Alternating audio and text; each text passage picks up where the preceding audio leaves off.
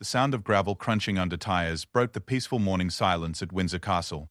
Security guards, expecting the usual convoy of black Range Rovers with tinted windows, instead watched in amazement as a modest silver Audi pulled up to the main entrance. What happened next would become one of the most talked-about royal moments of the year. Behind the wheel sat Princess Catherine, her hair tied back in a simple ponytail, wearing jeans and a casual blazer. No royal protocol, no security detail following behind. No advance notice to the castle staff. Just a future queen, driving herself to what would become an unforgettable reception that changed how the world saw the British royal family forever. This is the story of how one spontaneous decision by the Princess of Wales created headlines around the globe, warmed millions of hearts, and reminded everyone that sometimes the most powerful moments happen when royalty chooses to be refreshingly, beautifully human. The morning of October 15th started like any other Tuesday at Adelaide Cottage. Princess Catherine woke up at 6:30, as she always did, to the gentle sound of birds singing outside her bedroom window. The autumn sun was just beginning to peek through the curtains, casting a warm golden glow across the cozy room she shared with Prince William. She could hear the distant sounds of their children getting ready for school downstairs, their voices mixing with the cheerful chatter of their nanny, Maria. Catherine stretched and smiled, feeling unusually energetic despite the busy week ahead. She had been looking forward to today's reception at Windsor Castle for weeks. It was a special event honoring local community heroes, ordinary people who had done extraordinary things for their neighbors during the past year. The guest list included teachers who had gone above and beyond, healthcare workers who had shown exceptional dedication, volunteers who had started food banks, and young people who had organized charity drives. These were exactly the kind of people Catherine loved meeting, the ones who reminded her why her royal duties felt so meaningful. As she made her way to the kitchen, still in her pajamas and fluffy slippers, Catherine found William already dressed in his suit, gulping down coffee while checking his phone. He looked up and smiled when he saw her, that familiar warm smile that had captured her heart all those years ago at university. "Morning, darling," he said, reaching out to pull her close for a quick kiss. "Ready for your big day at Windsor?" "More than ready," Catherine replied, pouring herself a cup of tea from the pot Maria had prepared. "I've been reading through all the stories about today's guests. There's a 92-year-old woman named Dorothy who started teaching children to read during lockdown, and a teenager called James who organized food deliveries for elderly residents in his tower block. I can't wait to hear their stories properly." William grinned. "You always get so excited about meeting people. It's one of my favorite things about you." Their peaceful morning was interrupted by the sound of running feet on the stairs.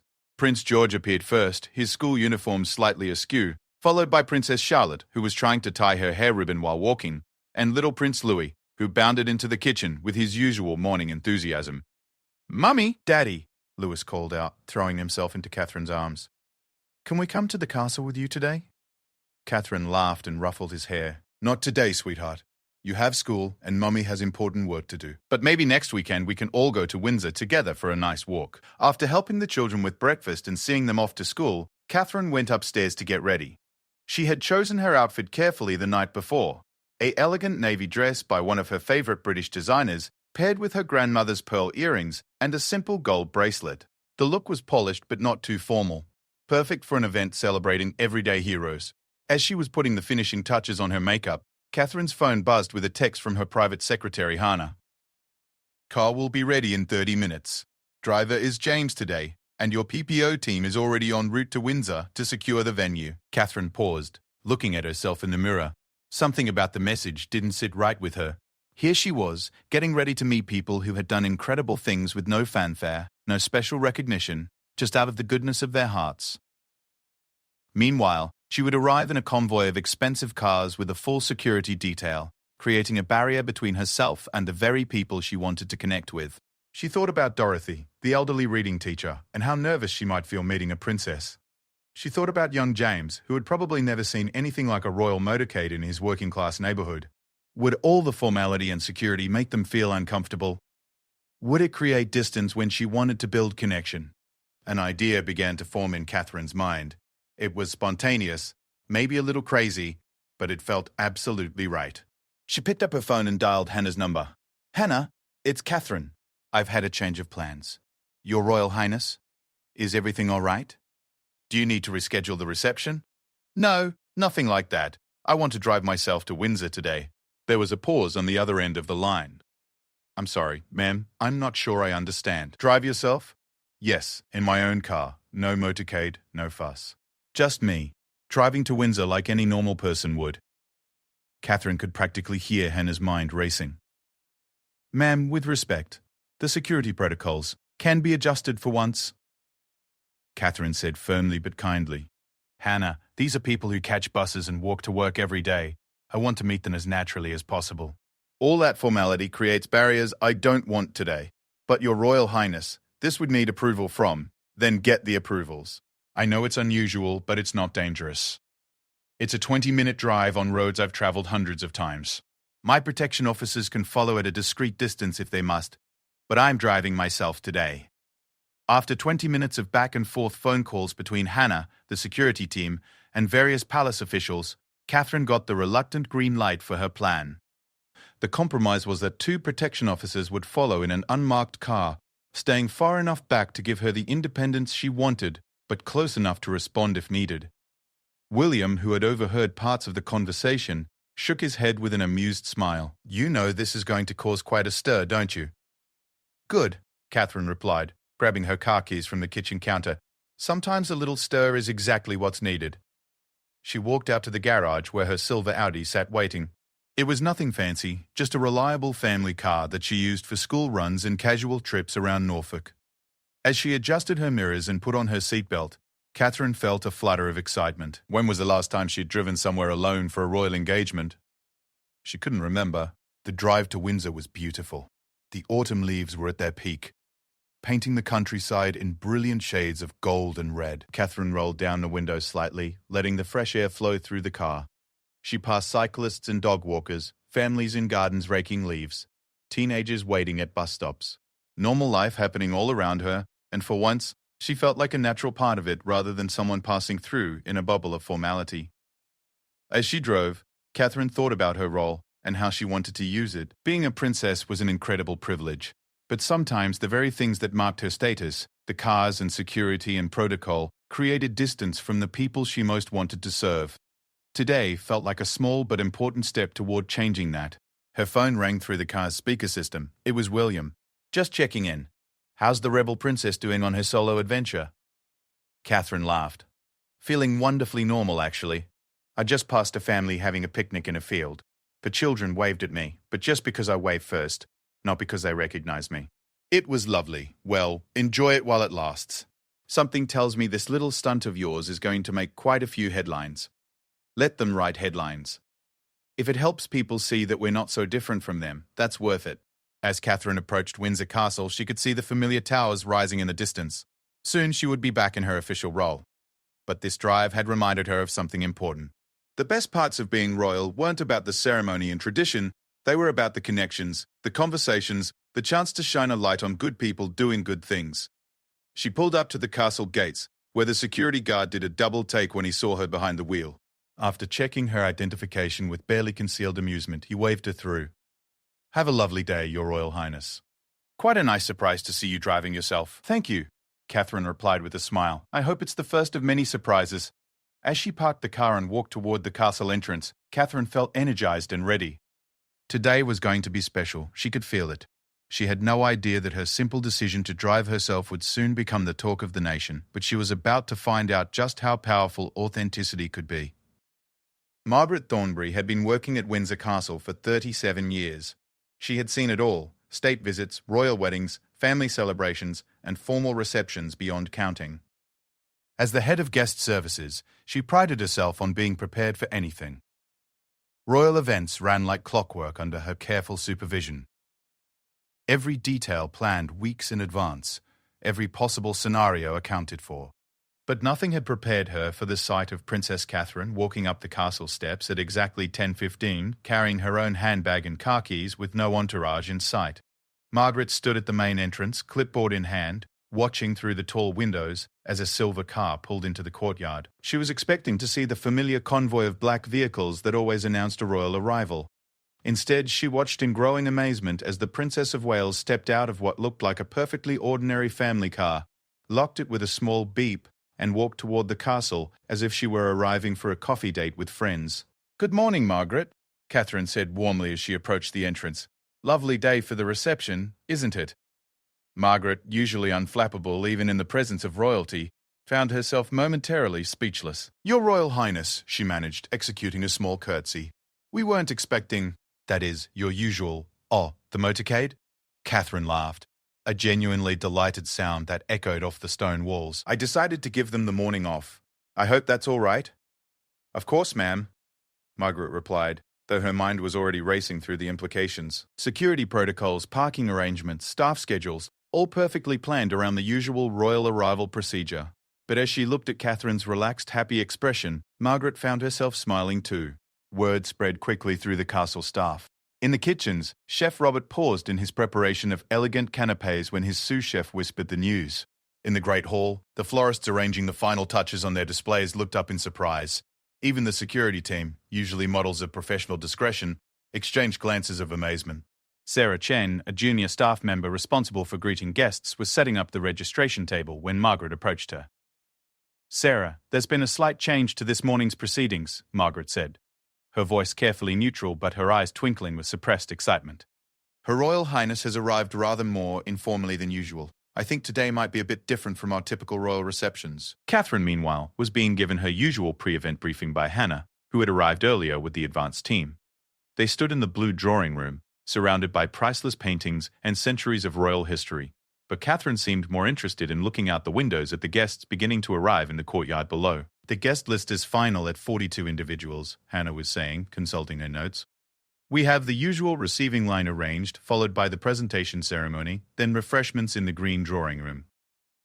Each guest will have approximately 3 minutes for individual conversation, and we've prepared briefing cards with key talking points for each person. Catherine nodded absently, watching as a woman in her 90s was helped from a taxi by a young man who must be her grandson.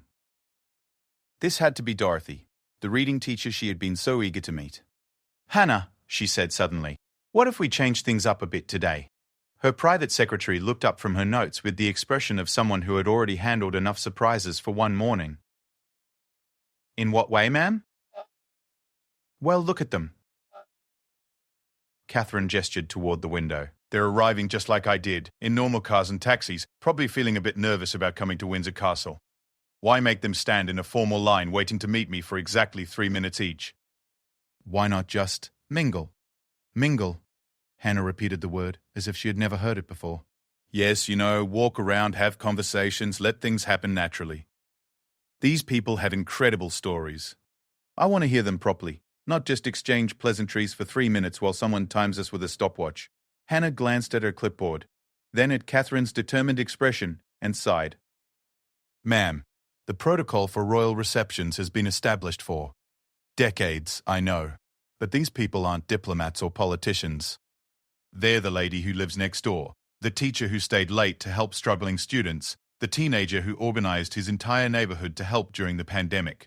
They deserve something more personal than protocol. Before Hannah could respond, there was a gentle knock on the drawing room door. Margaret entered with a warm smile. Your Royal Highness, our guests have arrived and are gathering in the Great Hall. They seem quite excited to meet you. Wonderful, Catherine said, then paused. Margaret, in your experience, what makes people feel most comfortable when they visit the castle? Margaret considered the question seriously. Honestly, ma'am, the times I've seen guests truly light up are when they forget where they are and just focus on having a genuine conversation. When the formality melts away and they remember that they're talking to a person, not just a title. Catherine smiled. Exactly what I was thinking. Would it be possible to arrange things a bit more casually today, instead of a receiving line? Could we just invite everyone into the Great Hall and let conversations happen naturally? Margaret's eyes widened slightly, but her smile grew broader. It would be my pleasure, ma'am. Quite refreshing, actually. 20 minutes later, Catherine entered the Great Hall to find 42 people scattered throughout the magnificent space, some admiring the paintings, others gazing up at the vaulted ceiling, all of them looking slightly overwhelmed by their surroundings. She took a deep breath and walked directly to the nearest group, a family clustered together near one of the tall windows. Hello, she said simply, extending her hand to a woman about her own age. I'm Catherine. You must be here for the Community Heroes reception? The woman's face broke into a surprised smile. Yes, I'm Jennifer Mills. I can't believe I'm actually here. This place is incredible. It is rather special, Catherine agreed, looking around as if seeing the Great Hall for the first time herself. But more importantly, I understand you're pretty incredible too. I read that you started a community garden that now feeds over 100 families. Jennifer blushed. It wasn't just me. The whole neighborhood got involved. We had this empty lot that was just collecting rubbish, and I thought, why not grow something beautiful there instead? As they talked, other guests began to notice what was happening. Instead of waiting to be formally presented to the princess, they were watching her have a real conversation with one of them. The atmosphere in the room began to shift from nervous anticipation to warm curiosity. Catherine spent 20 minutes with Jennifer's family, hearing about the community garden, the challenges they had faced getting permission from the local council, and the joy of watching children learn where their food comes from. When she moved on to the next group, Jennifer was glowing with happiness. "She's not at all what I expected," Jennifer whispered to her husband. "She's just so normal." Next, Catherine approached Dorothy, the elderly reading teacher, who was sitting on one of the antique chairs with her grandson standing protectively beside her. Dorothy's eyes were bright with intelligence despite her age, and she was clearly taking in every detail of her surroundings. "You must be Dorothy," Catherine said, sitting down in the chair next to her. "I've been looking forward to meeting you all week. A friend of mine mentioned that you've been teaching children to read for over 70 years. Dorothy's face lit up. 73 years next month, actually. Started when I was 19, fresh out of college and convinced I could change the world, one book at a time. And did you? Change the world, I mean? Well, I certainly changed a few small corners of it, Dorothy chuckled. When the schools closed during the pandemic, I couldn't bear the thought of children falling behind. So I set up in my front garden with a little blackboard and invited neighborhood children to come learn. Rain or shine, we were out there every morning. That's remarkable, Catherine said, and meant it. What kept you going when things got difficult? The children, of course, Dorothy replied without hesitation. Have you ever seen a child's face when they read their first complete sentence? When the letters suddenly make sense and become words, and words become stories? It's magic. Pure and simple. I may be 92, but I'm not ready to stop making magic yet. Catherine felt tears prick her eyes. This was exactly why she loved these events, these moments when she met people who reminded her what really mattered in life. Across the room, other conversations were blossoming. James, the teenager who had organized food deliveries, was enthusiastically explaining his distribution system to a group that had gathered around him. A nurse named Patricia was showing photos of the mobile clinic she had helped establish in rural areas. A retired builder called Frank was describing the playground he had constructed single-handedly for a school that couldn't afford proper equipment. The formal atmosphere of a royal reception had transformed into something that felt more like a neighborhood gathering, with Catherine moving naturally from group to group, sitting on floors when needed, laughing at stories, asking thoughtful questions, and genuinely connecting with each person she met. Margaret watched from the doorway, marveling at the change in atmosphere. In all her years at the castle, she had never seen guests so relaxed, so open, so genuinely happy to be there. The princess had somehow managed to make Windsor Castle feel like someone's living room. Hannah, meanwhile, was frantically rewriting her schedule notes and trying to calculate how long each conversation was taking. But even she couldn't help smiling as she watched Catherine sitting cross-legged on the floor, listening intently as a group of young environmentalists explained their river cleanup project. By the time lunch was announced, the guests felt like old friends. They moved together toward the green drawing room, chattering excitedly about their conversations with the princess, comparing stories, exchanging contact information. The formal barriers that usually defined royal events had simply melted away, and at the center of it all was Catherine, looking more energized and happy than the castle staff had seen her in years. Her decision to drive herself had been just the beginning. By choosing to meet her guests as equals rather than subjects, she had created something magical, something that would be talked about long after the formal photographs were forgotten. As they moved toward lunch, Margaret caught Hannah's eye and smiled. Well, she whispered, I think we can officially say this wasn't your typical royal reception. Hannah shook her head in wonder. Something tells me Her Royal Highness is just getting started. The green drawing room at Windsor Castle had hosted countless formal luncheons over the centuries, but none quite like this one. As guests settled around tables that had been arranged more like a family gathering than a state function, Catherine found herself seated between Dorothy, the elderly reading teacher, and Marcus, a former gang member who now ran a youth mentoring program in East London. Catherine had requested this seating arrangement herself, abandoning the usual protocol of placing the guest of honor at a head table surrounded by officials. Instead, she wanted to continue the conversations that had begun so naturally in the Great Hall. "I have to admit," Marcus was saying as they started their first course, "when I got the invitation to this, I thought it was some kind of mistake. Me, eating lunch at Windsor Castle? 6 months ago, I was lucky if I could afford proper meals." Dorothy leaned forward with interest. "What changed for you, dear?" Marcus looked surprised to be addressed directly by the elderly woman, but Catherine could see him relaxing as he recognized the genuine curiosity in Dorothy's eyes. "A kid in my neighborhood, actually," Marcus said. 14 years old, reminded me a lot of myself at that age. Angry, getting into trouble, heading down the same path I went down. I couldn't just watch it happen again. Catherine set down her fork, fully focused on Marcus's story. "What did you do?" "Started simple. Offered to help him with homework. Turned out he couldn't read properly, was too embarrassed to tell anyone." "Sound familiar?" Marcus glanced at Dorothy with a small smile. Dorothy's eyes sparkled. "Oh, very familiar indeed. What happened next?" "Well, I'm not exactly qualified to teach reading, but I figured I could at least try. Before I knew it, word had spread, and I had half a dozen kids showing up at my flat every evening. Then it was a dozen. Now we've got a proper center with volunteers and everything." "That's extraordinary," Catherine said. "How many young people are you helping now?" "About 40 kids regularly, ranging from 8 to 18. We do homework, help job training, conflict resolution. But it all started with one kid who couldn't read and was too proud to ask for help." Dorothy reached over and patted Marcus's hand. "Do you know what I think?" "I think that young man was lucky to meet someone who saw himself in that child's situation. Sometimes the best teachers are the ones who've walked the same difficult path." Marcus looked genuinely moved. "I never thought about it like that." Catherine watched this exchange with growing fascination. Here were two people from completely different backgrounds and generations, finding common ground in their shared commitment to helping children learn. It was exactly the kind of connection she had hoped for when she decided to abandon the formal protocol. At the table behind them, equally meaningful conversations were unfolding. James, the teenager who had organized food deliveries, was deep in discussion with Patricia, the mobile clinic nurse, about reaching isolated communities. Their animated conversation had drawn in several other guests, creating an impromptu brainstorming session about community outreach strategies. "The thing is," James was explaining, "people in tower blocks don't always know what resources are available to them. They might need help, but not know where to ask for it." Patricia nodded enthusiastically. "Exactly the same challenge we face in rural areas. People are proud, they don't want to admit they're struggling, but they're often dealing with real hardship." What if there was a way to connect all these different programs? Asked Sarah, a social worker who had established a mental health support network. "James reaches urban families. Patricia covers rural areas. I work with people dealing with depression and anxiety. We could share resources, refer people to each other."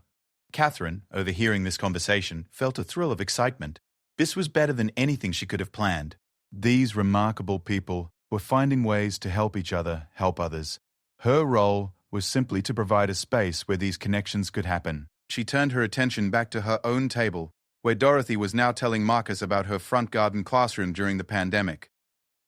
"The council tried to shut me down at first," Dorothy was saying with a mischievous twinkle in her eye. "Said I needed permits and insurance and all sorts of bureaucratic nonsense, so I invited them to come see what we were doing." "Did they come?" Marcus asked. "Oh yes, they came." Arrived just as little Emma Watson, she was 6 years old, finished reading her first complete storybook. The child was so excited she ran up to the council official and read the entire thing out loud to him, right there on the spot. Catherine laughed. "I can imagine that was pretty persuasive. Poor man didn't know what hit him." Dorothy grinned. Within a week, they had delivered proper outdoor furniture and a weather shelter. Sometimes you have to make it impossible for people to say no to the right thing. Marcus leaned back in his chair. "You know what? I think you just gave me an idea for dealing with our landlord. He's been trying to shut down our youth center, says we're causing too much noise." "What kind of idea?" Catherine asked. "Well, what if we invited him to see exactly what kind of noise we're making?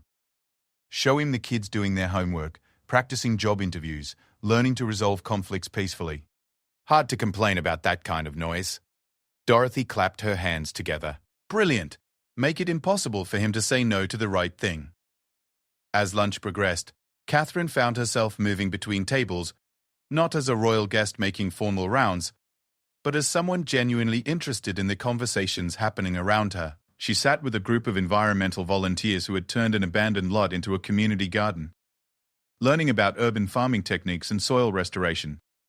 She listened to a former refugee who now helped newly arrived asylum seekers navigate the complex process of finding housing and employment. Each story revealed not just individual acts of heroism, but a web of community connections that stretched across London and beyond. People helping people, often with limited resources, but unlimited determination. Frank, the retired builder who had single-handedly constructed a school playground, was showing photos to anyone who would look. "Took me 8 weekends," he said proudly. "The head teacher said they'd been trying to raise funds for 5 years, but I figured why wait? I had the time, the skills, and the local builder's merchant gave me materials at cost when they heard what it was for." "That's incredible," said Jennifer, the woman who had started the community garden. "Did you know we had a similar problem with getting materials? The council kept promising funding that never came through." "What did you do?" Frank asked. "Started asking local businesses directly. Turns out a lot of shop owners were willing to help, they just didn't know the need was there. Sometimes you have to make the ask face to face." Catherine listened to these exchanges with growing amazement. These people were natural problem solvers, finding creative ways around bureaucracy and funding shortages. They saw needs in their communities and simply stepped up to meet them, often with remarkable ingenuity. As coffee was being served, Catherine stood up to address the group. But instead of the formal speech Hannah had prepared for her, she found herself speaking from the heart. "I have to tell you all something," she began, and the room gradually quieted. "When I woke up this morning, I thought I was going to a reception to honor community heroes. What I actually found was a masterclass in how to make the world better." She paused, looking around the room at faces that had become familiar over the course of the afternoon. "Each of you saw a problem and decided to be part of the solution. But what strikes me most is how you did it. You didn't wait for permission or funding or official approval. You just started helping, and then you kept going when it got difficult." Dorothy raised her hand slightly. "If I may, Your Royal Highness, I think the secret is that we didn't set out to be heroes. We just saw neighbors who needed help." "Exactly," said Marcus. "When you see a kid struggling to read, you don't think about being heroic. You just think about helping that kid. And when you see elderly neighbors who can't get to the shops," added James, "you don't consider yourself doing charity work. You're just being neighborly." Catherine nodded, feeling something crystallize in her mind. "So what you're telling me is that extraordinary things happen when ordinary people just choose to care about each other?" "I think that's it exactly," said Patricia, the mobile clinic nurse. "The extraordinary part isn't the caring. Everyone cares about their neighbors.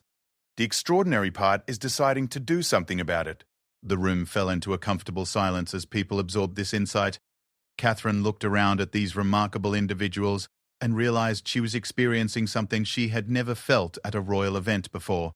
Instead of being the person with the title and platform who was supposed to inspire others, she was the one being inspired. "You know what?"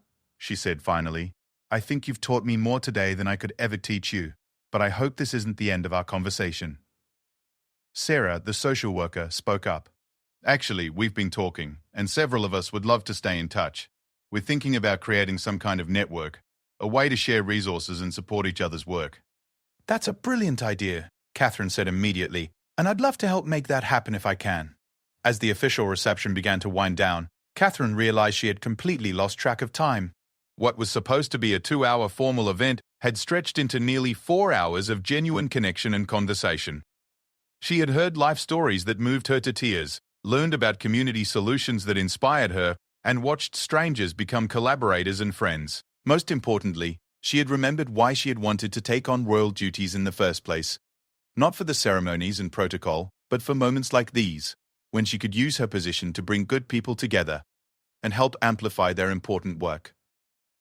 As guests began to gather their things and prepare to leave, Catherine knew this day would change her, but she had no idea how profoundly it was about to change everything else as well. As the afternoon sun began to slant through the tall windows of Windsor Castle, Catherine found herself reluctant to end what had become the most meaningful royal engagement of her life.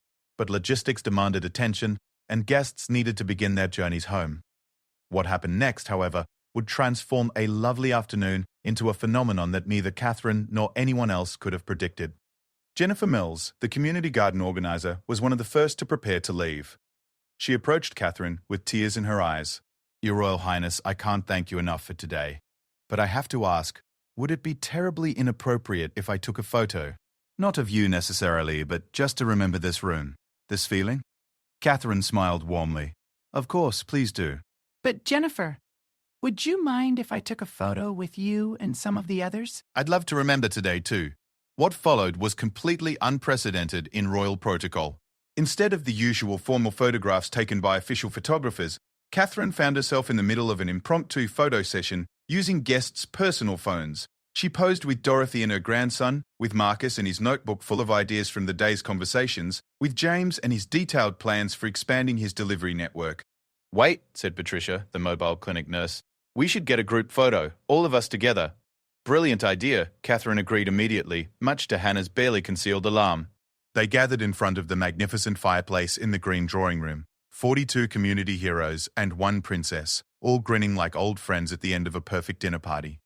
Frank, the retired builder, had the longest arms, so he became the unofficial photographer, holding up his phone to capture the moment. "Say community," he called out, and the resulting photo showed a group of people who looked genuinely happy to be together, with Catherine right in the middle, looking more relaxed and joyful than she had in any official royal photograph in years.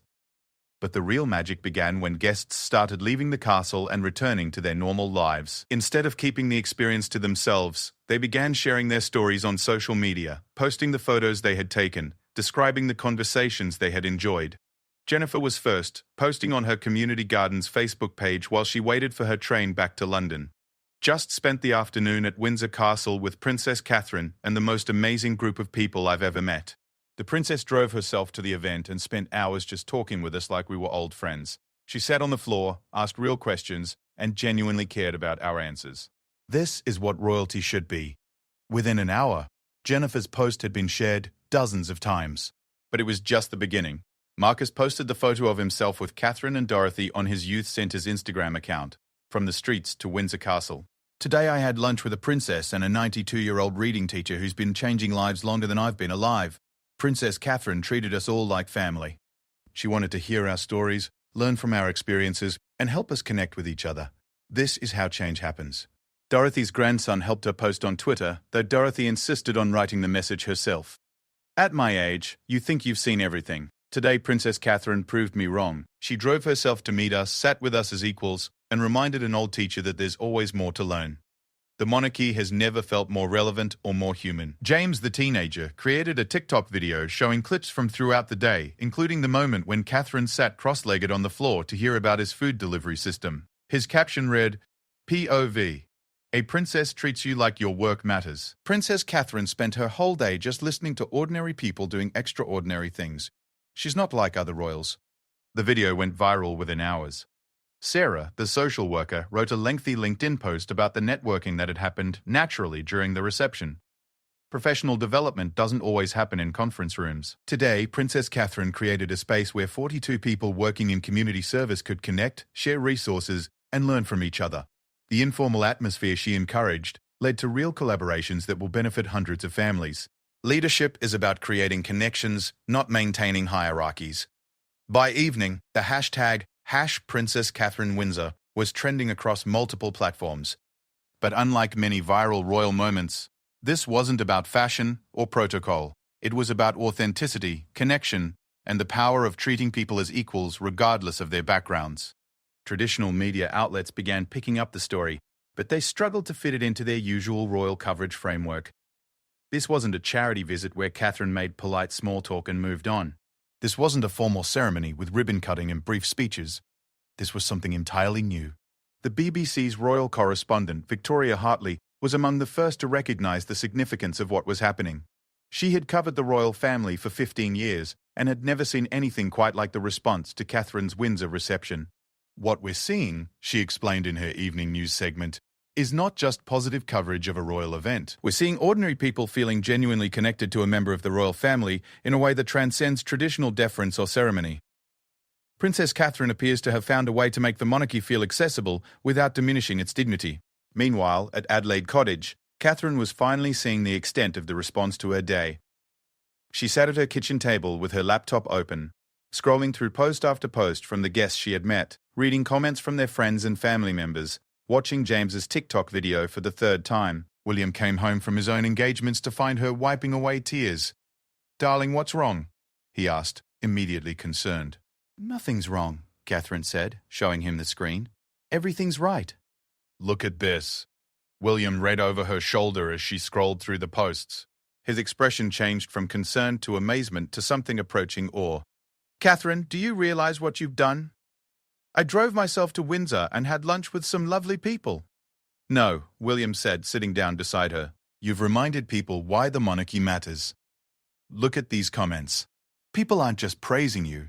They're talking about getting involved in their own communities. They're inspired." Catherine clicked on one comment thread under Jennifer's Facebook post. A woman named Lisa had written, "If Princess Catherine can drive herself to Windsor and sit on the floor to hear people's stories, I can volunteer at the local food bank. Thanks for the reminder that we all have something to contribute." Another comment read, "My daughter saw James's TikTok and asked me what she could do to help in our neighborhood. We're starting with checking on elderly neighbors. Small steps." "My God," Catherine whispered, "it's spreading." Over the next few hours, more stories emerged. Local news outlets began reaching out to the guests from the reception, wanting to feature their community work. Volunteer organizations reported increased inquiries about getting involved. Small acts of kindness inspired by the day's events began appearing on social media feeds across the country. Dorothy's story particularly captured public imagination. Interview requests poured in, but the 92-year-old was selective, choosing to speak only to programs that focused on literacy and education. When she did appear on morning television, her message was simple. If an old teacher can inspire children to read, imagine what you could do in your own community. Marcus found himself invited to speak at youth centres across London about his mentoring work. The exposure led to offers of funding and volunteer support that he had been seeking for months. Frank, the retired builder, was contacted by schools throughout the region asking for help with their playground projects. He started an informal network of retired tradespeople willing to donate their time and skills to educational facilities. But perhaps the most significant development came from an unexpected source. The group of guests who had spoken about creating a network to share resources and support each other's work decided to make it official. They called it the Windsor Community Connection, and within a week of the reception, they had created a website, established communication channels, and begun coordinating their efforts. Catherine watched this unfold with a mixture of pride and humility. She had simply tried to create an authentic connection with good people doing important work. She had never imagined that her approach would inspire others to examine their own opportunities for community involvement. 3 days after the reception, she received an email that made her cry. It was from Dorothy's grandson, writing on behalf of his grandmother. "Dear Your Royal Highness, Grandmother wanted you to know that her phone hasn't stopped ringing since our day at Windsor. But more importantly, she's had 3 new children join her front garden reading sessions, all because their parents saw her interview and decided their children needed what she was offering. She says you've given her work a bigger platform than she ever dreamed possible, and she's not sure her 92-year-old heart can handle much more joy. Thank you for treating us all like family. Thank you for showing the world that helping others isn't about grand gestures, it's about showing up and caring. Grandmother says to tell you that you're welcome in her front garden classroom anytime." Catherine closed her laptop and sat in the quiet of her kitchen, processing what had happened. She had made a simple decision to drive herself to an engagement and treat her guests as equals rather than subjects. That decision had somehow sparked a movement of people inspired to get more involved in their own communities. Her phone buzzed with a text from Hannah. "Ma'am, we're getting dozens of requests for similar events. Community groups wanting to meet with you. Local heroes asking to be considered for future receptions. How would you like to respond?" Catherine stared at the message for a long moment, then typed back, "Let's think bigger than receptions, Hannah. I think we might be onto something important here." As she prepared for bed that night, Catherine realized that her spontaneous drive to Windsor had started something she couldn't have planned. The question now was what to do with this momentum, and how to use it to create lasting change rather than just a moment of feel-good publicity. She had no way of knowing that the biggest surprises were still to come. 2 weeks after the Windsor Castle reception, Catherine stood in her home office at Adelaide Cottage, surrounded by printed emails, handwritten letters, and newspaper clippings. The response to what the media had dubbed the People's Reception had far exceeded anything she or the Palace Communications team had anticipated. The letters came from across the United Kingdom and beyond. Teachers writing to say they had been inspired to start after-school programs. Retired professionals offering their skills to local charities. young people organizing neighborhood cleanup projects, community groups requesting guidance on how to expand their reach. But it was a particular letter, handwritten on simple blue paper, that had prompted Catherine to call an urgent meeting with senior palace advisors. "Dear Princess Catherine," the letter began, "my name is Emily Watson, and I'm 8 years old. I live in Manchester with my mum and dad. I saw the pictures of you sitting on the floor talking to people who help other people, and I asked my mum why you looked so happy. She said it was because you were doing your job the way it was meant to be done. I don't understand all the grown-up words, but I think you're the first princess I've seen who looks like she's having fun helping people. Can other princesses and princes do their jobs the same way you do yours? My teacher says that's called setting an example. I hope you keep setting good examples because it makes me think being a grown-up might not be so boring after all." Catherine had read Emily's letter 5 times before she fully grasped its implications. Children were watching. They were drawing conclusions about leadership, service, and what it meant to be an adult based on what they observed. Her spontaneous decision to drive herself to Windsor and connect authentically with her guests hadn't just influenced the adults who were there, it was shaping how the next generation viewed public service.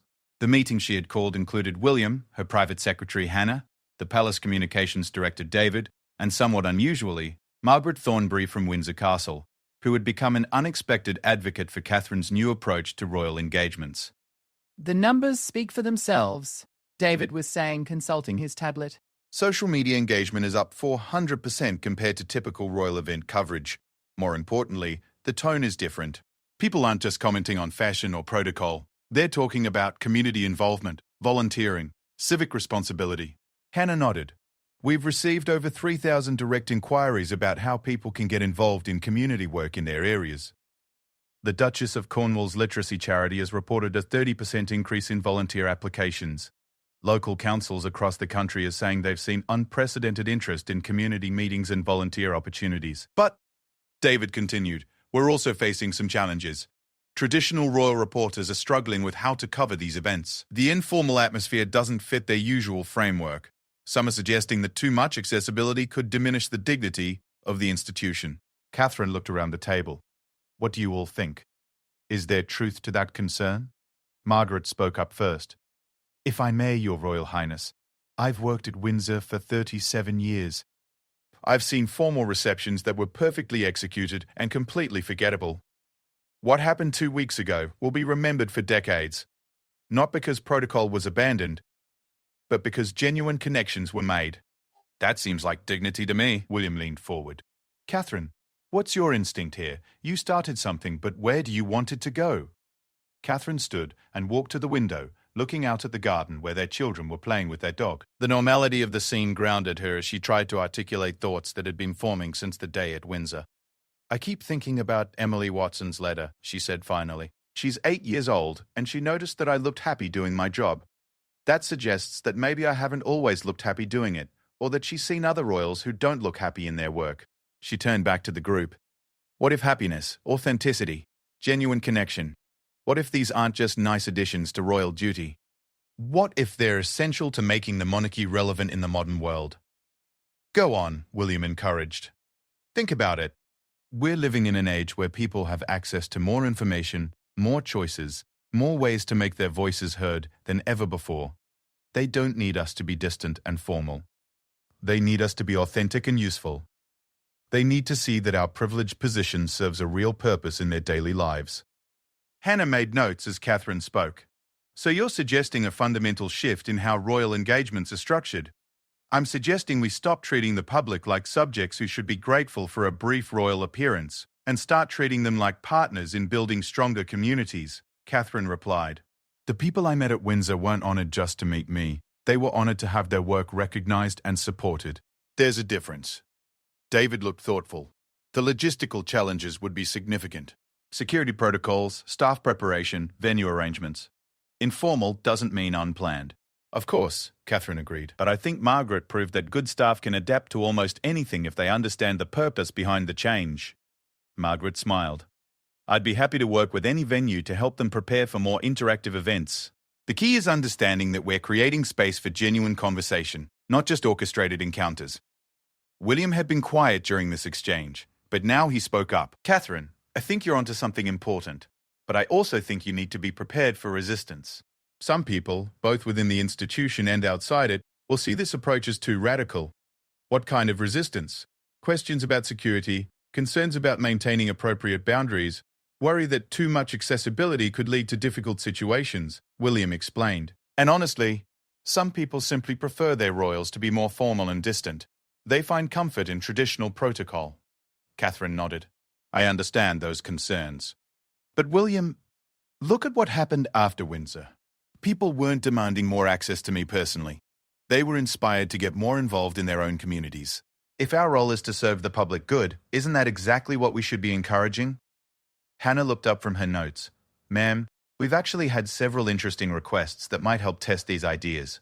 A community centre in Birmingham has asked if you'd be willing to participate in their volunteer appreciation event, but specifically requested that it be informal, like Windsor. A group of teachers in Scotland want to invite you to see their innovative literacy program, but they want time for real conversation about education policy. And we've had inquiries from several youth organisations about events where young people can discuss community issues with you directly.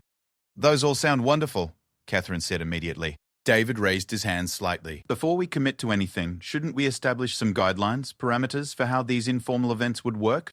Security requirements, time limits, media access? Absolutely, Catherine agreed. But the guidelines should support the purpose, not constrain it. If we're trying to create authentic connections, the rules should help that happen, not prevent it.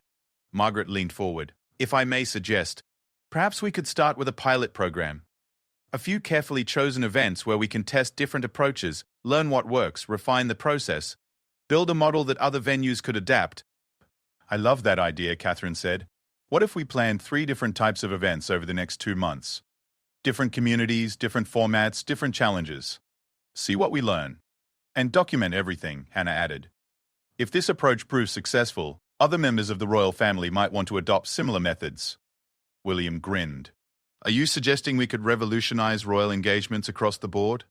I'm suggesting we could make them more meaningful, Catherine replied, for everyone involved.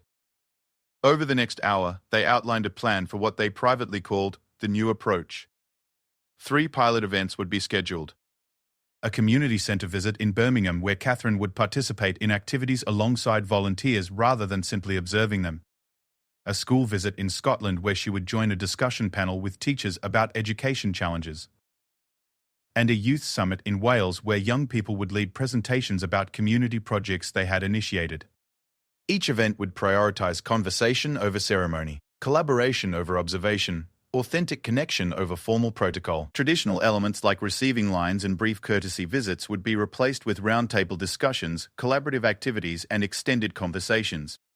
One more thing, Catherine said as the meeting was wrapping up. I want to make sure we're not just creating feel-good moments. These events should result in tangible outcomes. Resources shared, connections made, problems solved. If people are generous enough to share their stories and experiences with me, I want to ensure that generosity leads to real support for their work. David made a final note. So success won't just be measured by positive media coverage, but by demonstrable impact on the communities and causes involved. Exactly. As the others left, William lingered behind with Catherine. You know, he said, when you decided to drive yourself to Windsor that morning, I thought you were just trying to feel more normal. I didn't realize you were redesigning the monarchy. Catherine laughed. I'm not redesigning anything that fundamental. I'm just trying to make our role more useful, more relevant, more genuinely helpful to people who are doing important work. Do you think it will catch on, this approach? Catherine thought about Emily Watson's letter, about the community connections that had formed since Windsor, about the volunteers who had reached out to local organizations. After being inspired by Dorothy and Marcus and James. I think people are hungry for authenticity, she said finally. They want to believe that their leaders, including their royals, genuinely care about the work they're doing. If we can consistently demonstrate that care through our actions, not just our words, then yes, I think it will catch on. 2 months later, the pilot programs had exceeded all expectations. The Birmingham Community Centre visit had resulted in 3 new volunteer programs being established. The Scottish school discussion had led to policy recommendations being forwarded to the Department of Education. The Welsh Youth Summit had generated a network of young community leaders who continued to collaborate on projects across the country.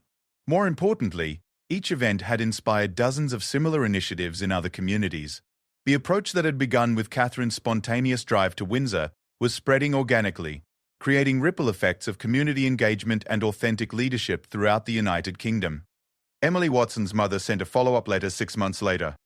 Dear Princess Catherine, Emily wanted you to know that she started a reading club for younger children at her school, inspired by the lady with the front garden classroom she heard about.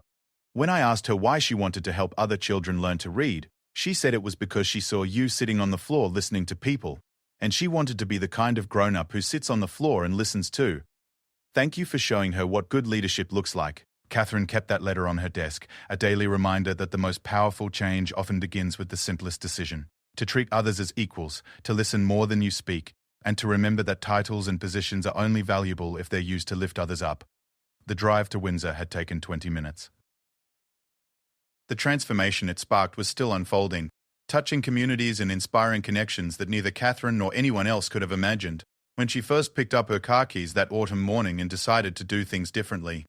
In the end, it wasn't about abandoning tradition or protocol. It was about remembering that the best traditions are the ones that bring out the best in people. And sometimes the most radical thing you can do is simply be genuine, present, and willing to learn from everyone you meet.